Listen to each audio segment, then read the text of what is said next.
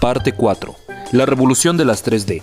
La industria del videojuego estaba a punto de entrar en una nueva dimensión con PlayStation como gran reclamo, y Nintendo vio peligrar una vez más su trono. En esta ocasión, todo parecía mucho más complicado, así que la compañía japonesa se la jugó con su carta más solvente, Mario, pero ahora en 3 dimensiones. La segunda revolución del videojuego estaba a la vuelta de la esquina. Super Mario 64, junio de 1996, Japón, septiembre de 1996, Estados Unidos, marzo de 1997, Europa. Nintendo había conseguido volver a dominar el mercado de los videojuegos durante la etapa de los 16 bits, aunque, a diferencia tan holgada, Sega había jugado muy bien sus cartas, saliendo del mercado con Mega Drive antes de tiempo y con un mensaje distinto del tono familiar de la compañía de Kyoto. Además, claro está, varios de los grandes videojuegos de Sega habían calado hondo, no tanto como para arrebatar el trono a Miyamoto y compañía, pero sí lo suficiente para destacar en una industria cada vez más viva y con más alternativas. Como era habitual, y lo es todavía hoy, las grandes empresas del hardware no se habían quedado atrás y estaban preparando desde hacía tiempo sus propios dispositivos. Y, una vez más, Nintendo se durmió en los laureles y en esta ocasión lo aprovechó un rival inesperado, Sony. Desde finales de la década de 1980, antes incluso del nacimiento de Super Nintendo, la compañía japonesa ya estaba haciendo probaduras con el formato de CD, que parecía ser la nueva moda, entre otros motivos por su gran capacidad de almacenamiento, muy superior al de los cartuchos.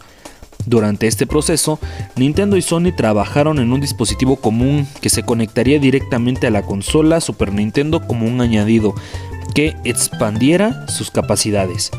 De hecho, durante años, ambas empresas centraron sus esfuerzos en el desarrollo de un prototipo, pero cuando llegó la hora de la verdad, Nintendo rompió el acuerdo de forma unilateral y sorprendente. De hecho, para muchos, es sabida la autoridad con la que la gigante de Nippon se movía en la industria, con la imposición de normas muy estrictas para la publicación de juegos en sus plataformas y la exigencia de rígidos acuerdos en todo lo que rodeaba las consolas. Esa actitud, denominadora y algo arrogante, le llevó a cometer uno de los grandes errores de su historia. Nintendo había detectado que no iba a tener el total control económico de su alianza con Sony y que ni siquiera iba a desempeñar un papel protagonista en las licencias para crear juegos en el nuevo dispositivo. De este modo, cuando Sony anunció el lanzamiento de PlayStation durante el Consumer Electronics Show CES de Las Vegas de 1991, al día siguiente, Nintendo hizo público su acuerdo para publicar sus juegos en el formato de reproductor multimedia Philips, el Compact Disc Interactive CDI, el CDI. Aunque Sony se sintió ultrajada, decidió aprovechar el trabajo realizado hasta ese momento y adentrarse en el mundo de los videojuegos con una consola propia. Muchos pronosticaron que iba a ser un movimiento condenado al fracaso, porque el dominio del sector por parte de Nintendo y Sega era absoluto, pero pronto descubrieron que estaban equivocados. Tras romper con Sony, Nintendo empezó a trabajar en la sucesora de la Super Nintendo, una máquina muy avanzada y netamente superior a las nuevas rivales en el mercado de 32 bits, Sega Saturn y PlayStation. En 1993 comenzó su colaboración con Silicon Graphics en el llamado Project Reality, para explorar las posibilidades de las 3 dimensiones en los videojuegos. La compañía estadounidense era el aliado ideal, pues había demostrado su capacidad en proyectos como el suministro a industria Light and Magic y LM de los ordenadores con los que se realizaron los efectos especiales de la taquillera película dirigida por Steven Spielberg, Parque Jurásico de 1993.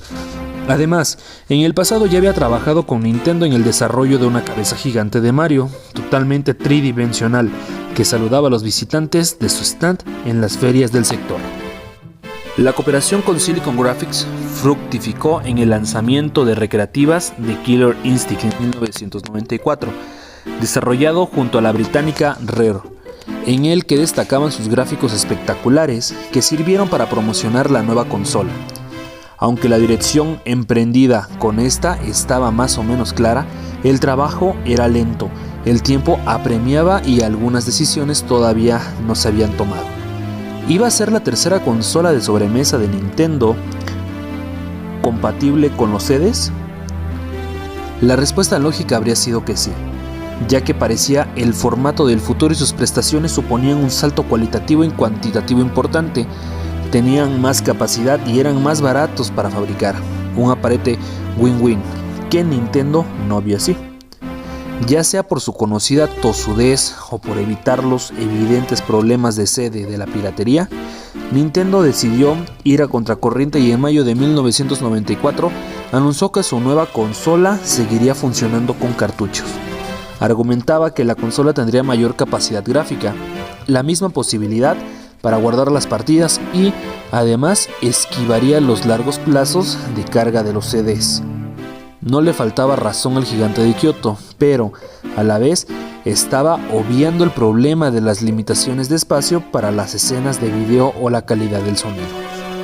No obstante, esta decisión encajaba perfectamente con la trayectoria de Shigeru Miyamoto, quien siempre había priorizado jugar de manera inmediata y que el centro de la experiencia lo ocupara el jugador y el mando. Las escenas de video y los grandes guiones eran menos importantes que la práctica del juego en sí, y con la diversión que implicaba este. Con el resto de las nuevas consolas de la competencia ya a la venta, el giro de guión de Nintendo alimentó los rumores, sobre todo cuando ésta decidió retrasar su proyecto para pulirlo al máximo, ya que nada estaba saliendo como se esperaba, ni la industria se había detenido a la espera del siguiente paso de los de Kyoto, ni Sony estaba demostrando ser una novata que no sabía qué hacer. Al contrario, apuntando a un público más adulto, estaba consiguiendo acuerdos con compañías históricamente fieles a Nintendo. Esta, por tanto, debía apostar por sus mejores galas. Era la hora de Mario. Mientras unos trabajaban en lo que sería Super Mario 64, otros siguieron alargando la época dorada de Super Nintendo con el ya mencionado Yoshi Island, un título que exprimía al máximo las capacidades de la consola de 16 bits. Ambos parecían muy diferentes en pantalla, pero acabarían compartiendo algunas bases: la exploración, la posibilidad de volver a jugar en lugares ya visitados y un sentido de la aventura no tan presente en los anteriores títulos de la saga. Aunque, claro está, Super Mario 64 iba a ser un juego de una envergadura e importancia histórica sin competencia posible dentro y fuera de Nintendo. El juego que diseñó un mando para él. Nintendo tenía las piezas encima de la mesa, pero todavía no había podido montar el rompecabezas para que todo encajase según lo deseado. Por un lado, la consola más potente y de acción inmediata. Por el otro lado, la necesidad de adentrarse en los juegos 3D por primera vez y explorar los límites del nuevo hardware. Como referente para llevar a cabo el gran plan contaba con Super Mario, como no podía ser de otra manera. Así que se pusieron manos a la obra y se dieron cuenta de que algo no encajaba. Y era algo imprescindible: la conexión del jugador con el televisor, el mando. Durante el primer año de PlayStation, varios fueron los títulos destacados que buscaron despuntar en la nueva era tridimensional.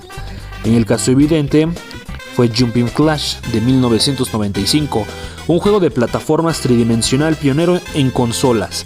También se empezaron a estrenar algunos de acción en primera persona como Kingfield 1994 o Ridge Racer en 1994, todos con gráficos espectaculares y formatos nunca vistos en consolas anteriores, pero se jugaban con un control que se había quedado anticuado.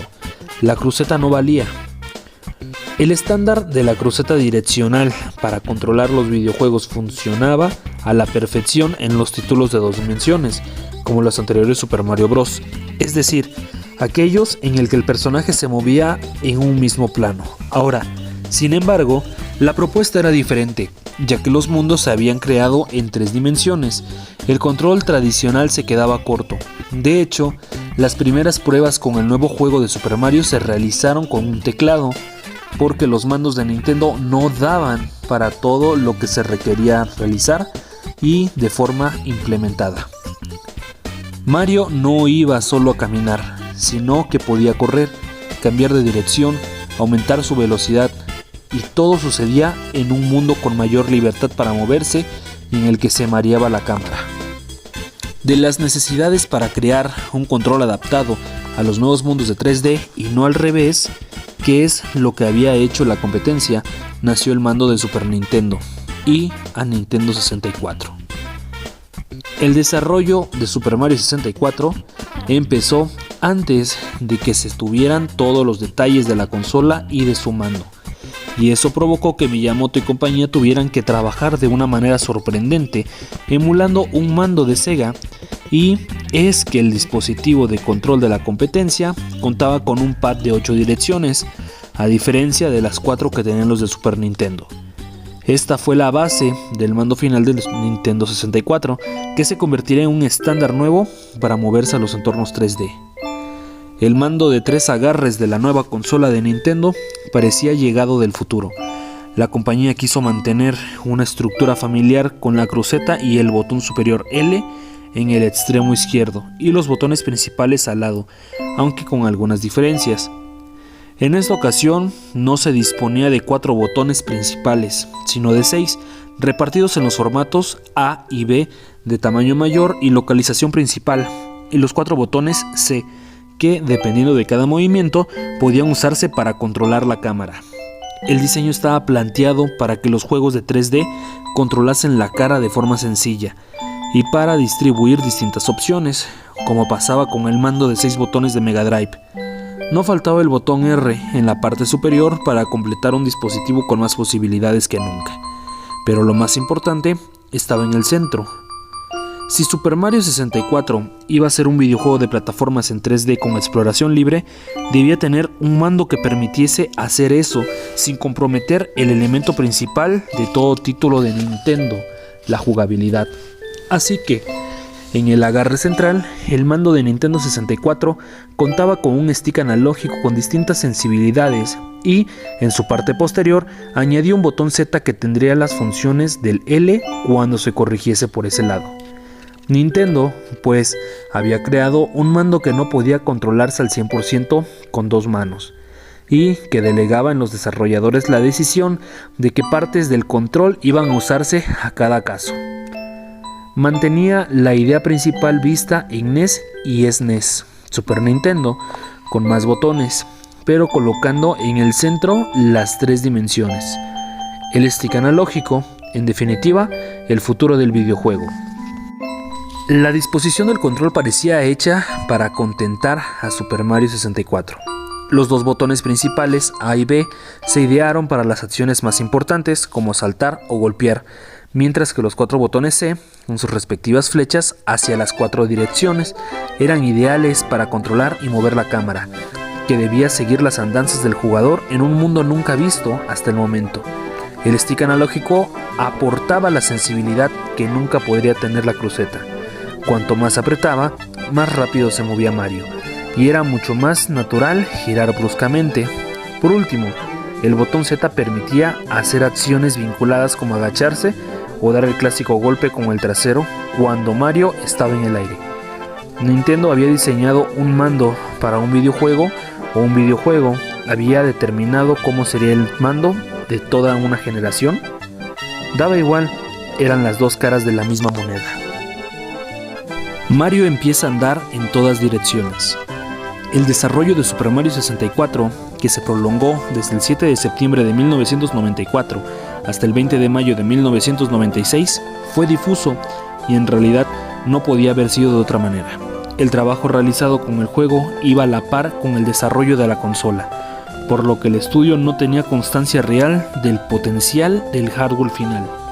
De hecho, Miyamoto ha explicado en alguna ocasión que cuando trabajaron con el control lo hicieron con un ordenador de decenas de miles de dólares y en Nintendo se dudaba si todo iba a funcionar con una máquina de $250. Super Mario 64 es un juego enorme, repleto de contenido y mundos vastos en tamaño y en densidad, sobre todo para la época, pero los inicios fueron humildes porque Miyamoto siempre quería empezar con lo básico. Estábamos trabajando en algo realmente simple, incluso engañosamente simple.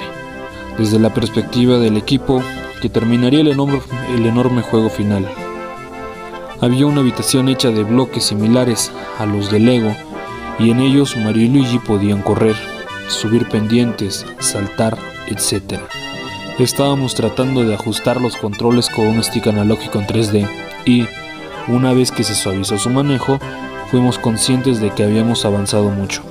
Y así, en el camino, nos dimos cuenta de que queríamos crear un área un poco más grande para que se movieran los personajes.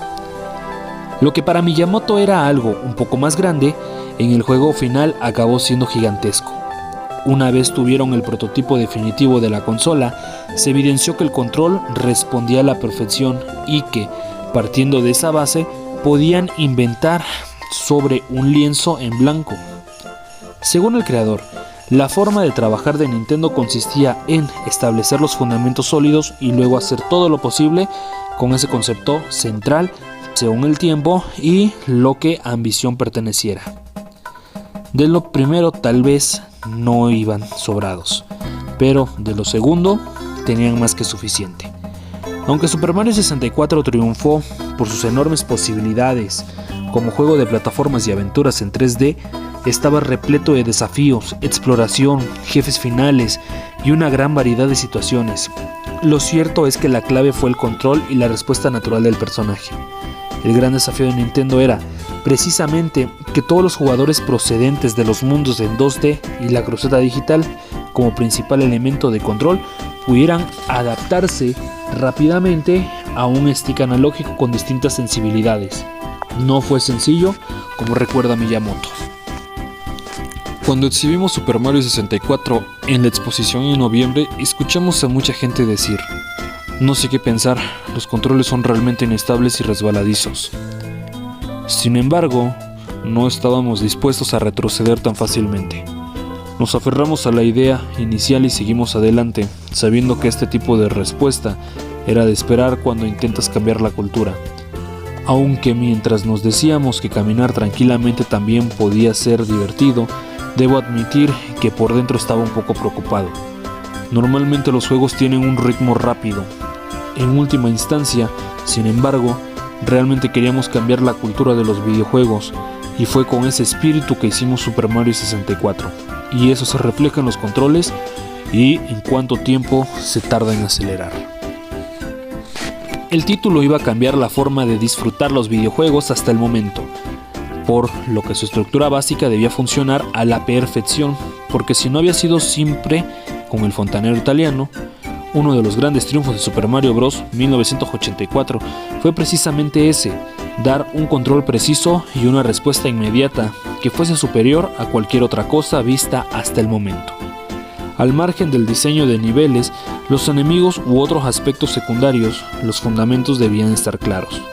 Y eso fue así, ya que, tal y como relató Miyamoto, se dedicó aproximadamente la mitad del tiempo y la energía a diseñar este sistema básico, mientras que en los niveles y enemigos se había llegado al final del proceso.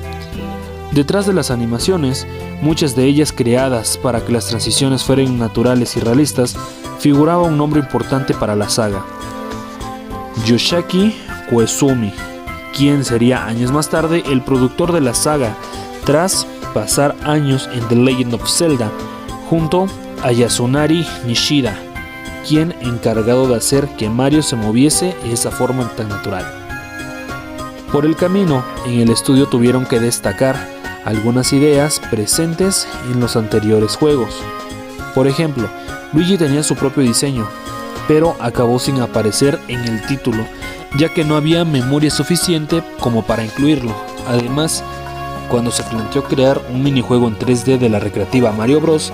En 1983, en Nintendo se fue consciente de que la mayoría de jugadores compraría de salida Nintendo 64 con solo un mando, así que lo acabaron descartando. A pesar de su gran popularidad, tampoco hubo sitio para Yoshi. El dinosaurio verde había sido uno de los grandes hitos de Super Mario World y el protagonista absoluto de su secuela. El último juego de la saga apareció en Super Nintendo un año antes de Super Mario 64, pero también acabó siendo desechado. Había algunos eventos planteados para realizar con él, aunque el resultado no fue satisfactorio desde el punto de vista del control. Eso sí, podía localizarse en lo alto del castillo de Peach, algo que se hizo para aprovechar el modelo con el que habían estado trabajando. Al final, todo estaba en su sitio. Aquello que quería desarrollarse en 3D funcionaba. El hardware de la consola era lo suficientemente potente como para poder gestionar datos en tiempo real y que cualquier movimiento de la cámara o del personaje no rompiese la armonía de lo que se veía en pantalla. Y el mando estaba diseñado para tener una experiencia redonda. Tocaba ponerse a inventar. Se empezó con la preparación de los esbozos conceptuales, los bocetos que, desde los años 80, Tezuka Miyamoto entregaban para que se convirtieran en algo tangible en la pantalla del televisor. Aunque esta vez iban a trabajar sin planos previos o modelos, simplemente se iba a crear un mundo como si de un diorama se tratase, pactando los elementos clave y añadiendo todo lo necesario sobre la marcha. La nueva consola permitía dejar volar la imaginación de los desarrolladores porque muchas de las propuestas funcionaban de manera sencilla. El proceso de producción fue más corto de lo habitual, pues Nintendo 64 respondía a la perfección.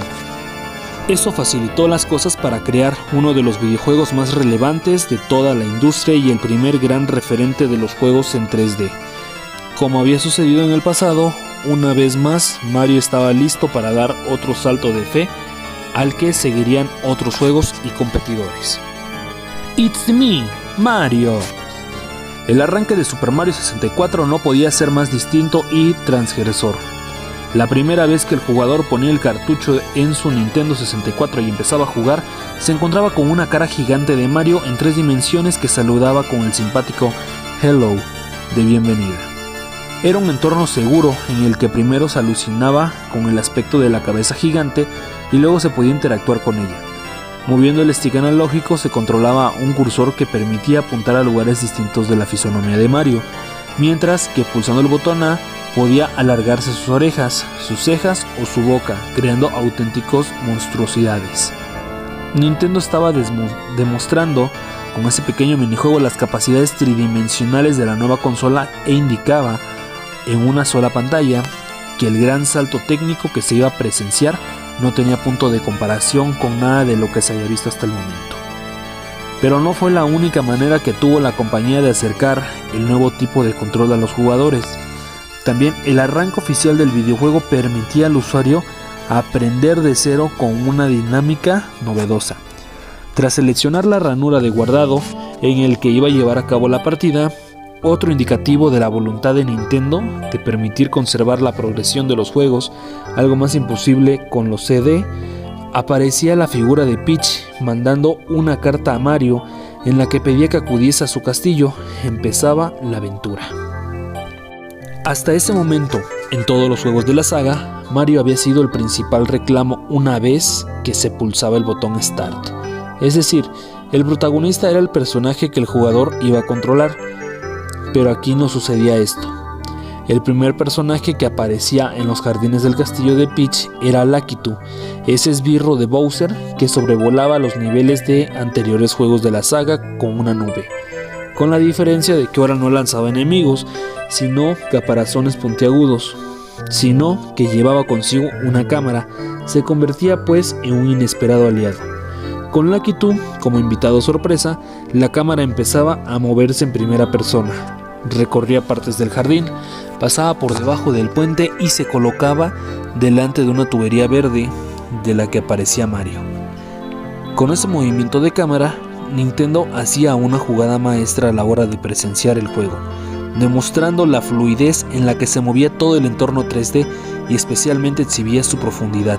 Ahora sí, Mario saltaba a tierra firme y empezaba el pequeño tutorial en el que se explicaban las bondades de la nueva cámara y cómo se controlaba.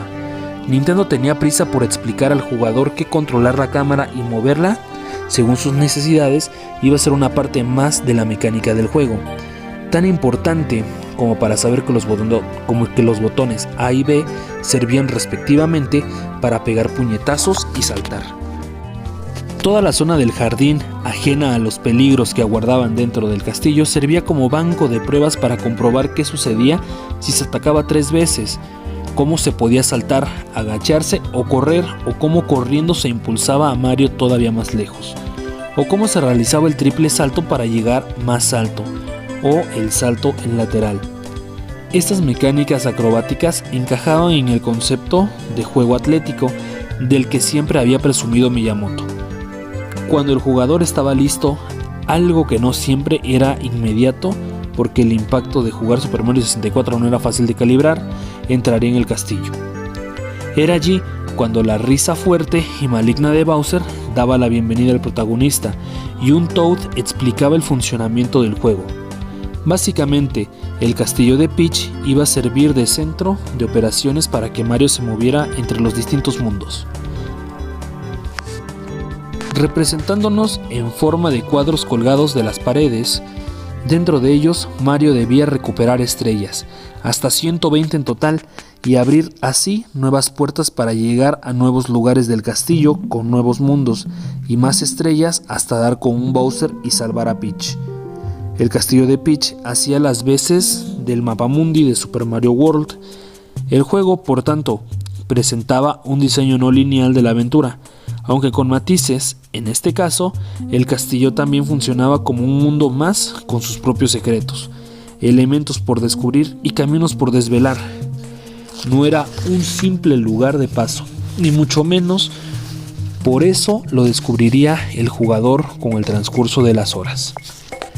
Todo lo referente a la primera hora del juego de Super Mario 64 está cuidado al milímetro. Nintendo buscaba sorprender al jugador sin abrumarlo, aunque lo segundo era casi imposible una vez que se entraba en el primero de los mundos, el campo de los Bob-Omb. Era el único cuadro pintado en la pared el cual tenía acceso, y una vez se saltaba dentro de este, Mario se trasladaba a un enorme escenario repleto de enemigos y desafíos. Eso ya era mucho más familiar. Cada estrella tenía una pequeña frase que describía la acción que tocaba realizar para conseguirla. Esta era a veces algo críptica y otras mucho más claras. El primer trabajo de Mario era el de subir a la cima donde guardaba el rey de los Bob-Omb. El concepto de esta primera estrella se basaba en la exploración, dejar que el jugador libre con un objetivo bastante claro y que espabilase para llegar a lo más alto. El camino podía ser muy evidente o muy confuso, dependiendo de la realidad de la suerte, porque podía recorrerse todo el mundo mientras iban apareciendo los primeros enemigos, como los Goombas. La gracia, precisamente, era probar las habilidades del jugador con los controles de Super Mario 64 en un entorno no real. Así, el jugador empezaba a emprender a controlar a Mario con el stick, saltar para superar algunos barrancos, esquivar el movimiento de las bolas de metal gigantes y controlar la cámara para descubrir qué iba a aparecer al girar una esquina. Era todo amigable, con espacio suficiente para no sentirse agobiado por enemigos o por obstáculos imposibles, y así hasta llegar al rey de la fase. No se había jugado ni 15 minutos y ya aparecía un jefe final. ¿Por qué Nintendo decidió que la primera de las estrellas iba a ser un jefe de grandes dimensiones? Básicamente, porque la mecánica de los jefes había cambiado y el jugador debía adaptarse a las nuevas habilidades que tenía entre manos. El rey Bob-Omb no se le ganaba saltándole a la cabeza, como en anteriores juegos, sino que se le ganaba dándole en la cabeza, como en anteriores juegos. También había que rodearlo para agarrarlo por detrás y lanzarlo al suelo. Coger cosas y lanzarlas era una mecánica que recordaba Super Mario Bros. 2. La primera estrella estaba en el bolsillo del villano, pero esto no había hecho más que empezar. Cuando se conseguía una estrella, Mario salía del cuadro pintado en la pared, lo celebraba y decidía cuál iba a ser su nuevo camino desde el castillo de Peach. Se trataba de otra declaración de intenciones de Miyamoto y de los suyos. El jugador no se encontraba en un juego lineal, en el que no puede salirse de un mundo hasta verlo completado, sino que el objetivo, mucho más libre, dejaba en manos del jugador cuál iba a ser el siguiente paso. Lo más lógico, en todo caso, era volver al mismo escenario para desvelar qué sucedía a continuación, otra sorpresa de Nintendo.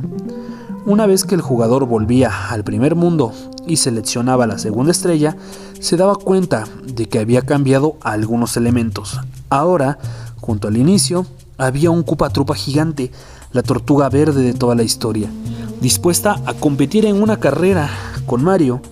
Esto le servía al jugador para aprender rápidamente que cualquier misión de cualquier mundo podía cambiar cualquier nivel.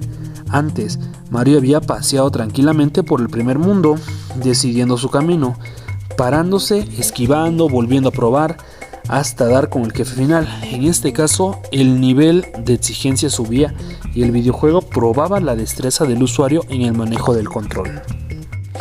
La primera vez que se enfrentaba con la tortuga gigante, el jugador vivía una experiencia desconcertante. La tortuga va por un camino y sube por una cuesta y, si el usuario intenta seguirla, será testigo de la caída de Mario, que no puede hacer frente a tanto desnivel. No es extraño, en este mundo y a este punto, tener que repetir la misión para optimizar el tiempo que se invierte en ello. El juego obliga al usuario a recorrer el mismo camino que hizo al recoger la primera estrella, pero con la presión de que debe realizarlo rápidamente, ya que en caso contrario no conseguirá su objetivo.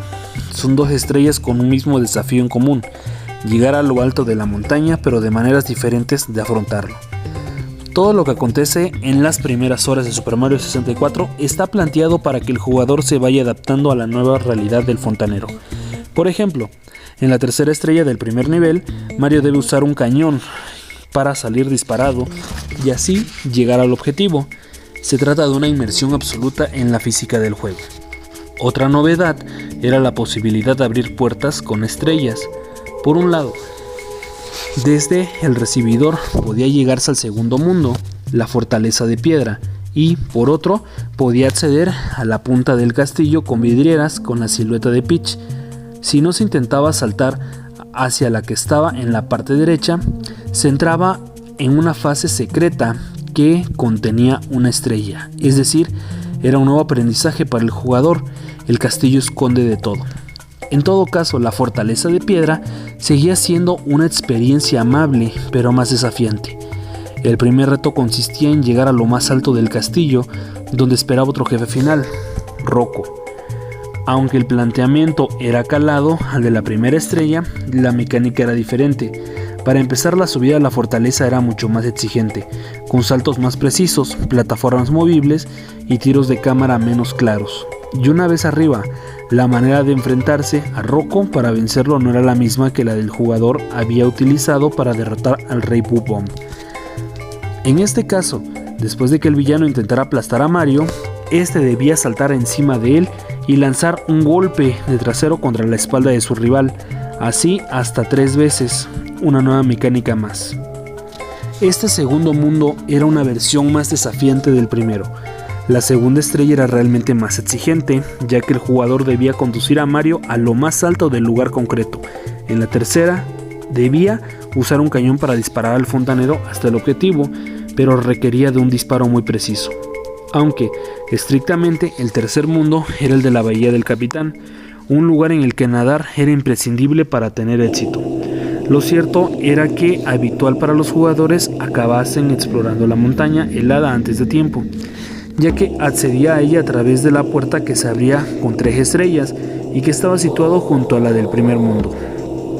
Intencionado o no, Nintendo indicaba de esta manera que la no linealidad del desarrollo de la aventura de Super Mario 64 iba a ser mucho más acusada que la de otras entregas. De hecho, en este mundo de nieve y de pingüinos fue donde los jugadores quedaron enamorados para siempre con este título. Era imposible no hacerlo. La primera de las estrellas invitaba a tirarse de un tobogán e intentar llegar al final de la meta sin caerse por todos lados. El desafío de velocidad y de control que, sin un stick analógico para moverse atrás y frenar, coger menos curvas habría sido imposible hacerle frente. La segunda era una oda a la exploración que Nintendo quiso potenciar desde el título. Mamá Pingüino había perdido a su cría y el jugador debía atender a los llantos del pequeño para localizarlo y llevarlo sano y salvo con su progenitora. En la tercera, Mario debía debatir en una carrera con un pingüino gigante, lo que obligaba al jugador a demostrar que dominaba las mecánicas aprendidas poco antes. Las lecciones de diseño se sucedían sin parar. Más Super Mario que nunca. Las siguientes horas eran un despliegue imprescindible impresionante de lo que eran capaces la nueva consola y la creatividad del estudio de Miyamoto. Todo lo que acontecía a partir de ese momento era un derroche de creatividad que evidenciaba que la intención de Nintendo había sido no solo trasladar a las 3 dimensiones un juego de plataformas 2D, sino también sentar las bases de la aventura a futuro. Cambiando algunas de las reglas que habían acompañado al personaje hasta el momento, Mario iba a ser más Super Mario que nunca. Por ejemplo, en Super Mario 64 ya no había un Mario pequeño que se hacía más grande por obra y arte de un champiñón, sino que contaba con una barra de vida que el jugador debía dosificar. Se limitaron bastante los objetos, ya que la gran novedad no consistía en hacer más cosas distintas en un mismo plano, sino que la relación del personaje con su entorno era totalmente diferente. Así, la mejora principal residía en la gorra con alas que hacía volar a Mario con una total libertad.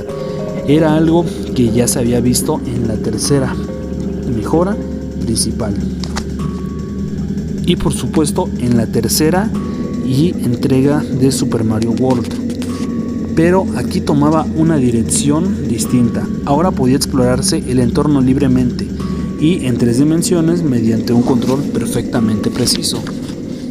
A ese objeto se le sumó la gorra de invisibilidad, ideal para despistar a los enemigos y cruzar algunas rejas, y Mario de Metal, un poderoso ente metálico que derrotaba a los enemigos con tan solo tocarlos y que podía correr bajo del agua sin flotar.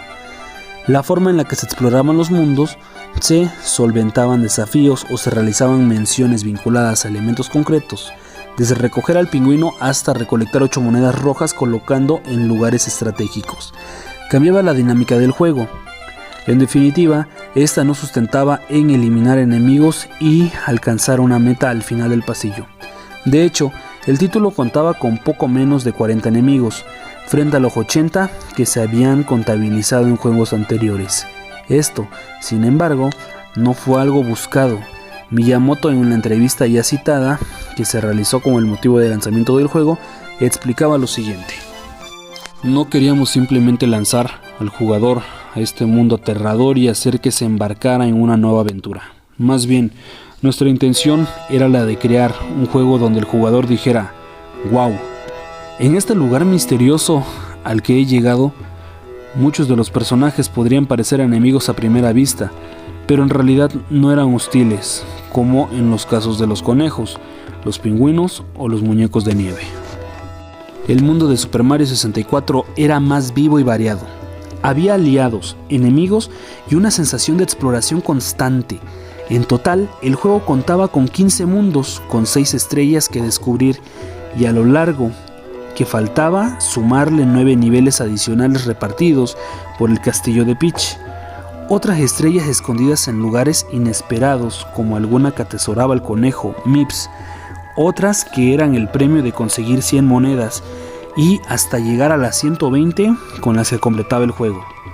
El diseño de niveles, había escalones de complejidad y exigencia a medida de que se avanzaba por ellos. En la mansión encantada volvían a hacer acto de presencia los Boo. Las llamas eran las progenistas de la Tierra de Fuego. El agua en los niveles submarinos del Gran Muelle y la Ciudad Esponja.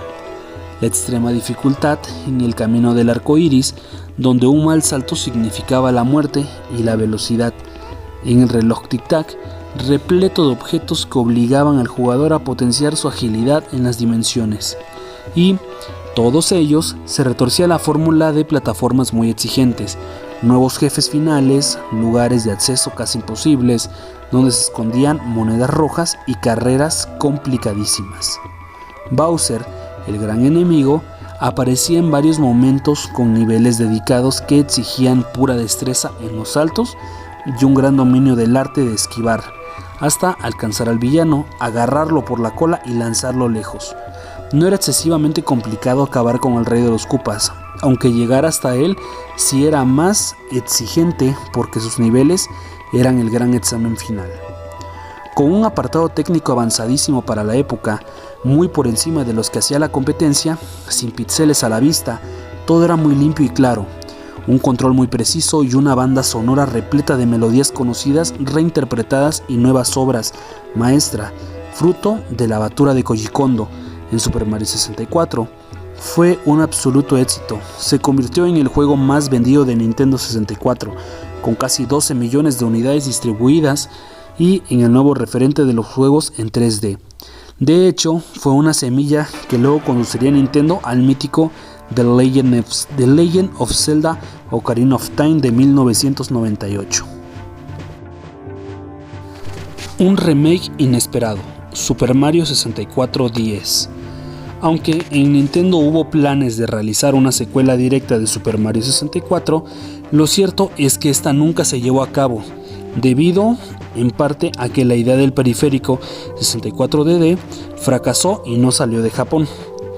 64DD, Nintendo 64 Disk Drive, fue un periférico desarrollado para Nintendo 64 lanzado exclusivamente en Japón en 1999. Era una unidad de disco magnético que se conectaba a la parte inferior de la consola y que permitía a los usuarios acceder a juegos en formato de disco y otras características adicionales. Su salida tardía y un escaso apoyo lo condenaron al fracaso. Nintendo entonces dedicó su tiempo a otros proyectos vinculados a Mario y la fórmula de los juegos 3D revolucionó en otra dirección con GameCube, la siguiente consola de sobremesa de la compañía, y Super Mario Sunshine de 2002, su siguiente título. En el 2004, 8 años después de la salida de Super Nintendo, cuando se recuperó el juego original en forma de remake para Nintendo 10, la consola portátil que había sustituido la saga de consolas Game Boy y que había incorporado varias novedades interesantes, 2 pantallas, una de ellas táctil como lápiz como elemento de control, micrófono y conexión Wi-Fi para jugar en línea. La versión de Super Mario 64 para Nintendo 10 no es una simple adaptación, sino que Nintendo probó suerte con su planteamiento novedoso. Además de mejorar las prestaciones visuales, el título se convirtió en una especie de reinvención del juego original. De entrada, el jugador podía escoger entre 4 personajes controlables: Mario, Yoshi, Luigi y Wario.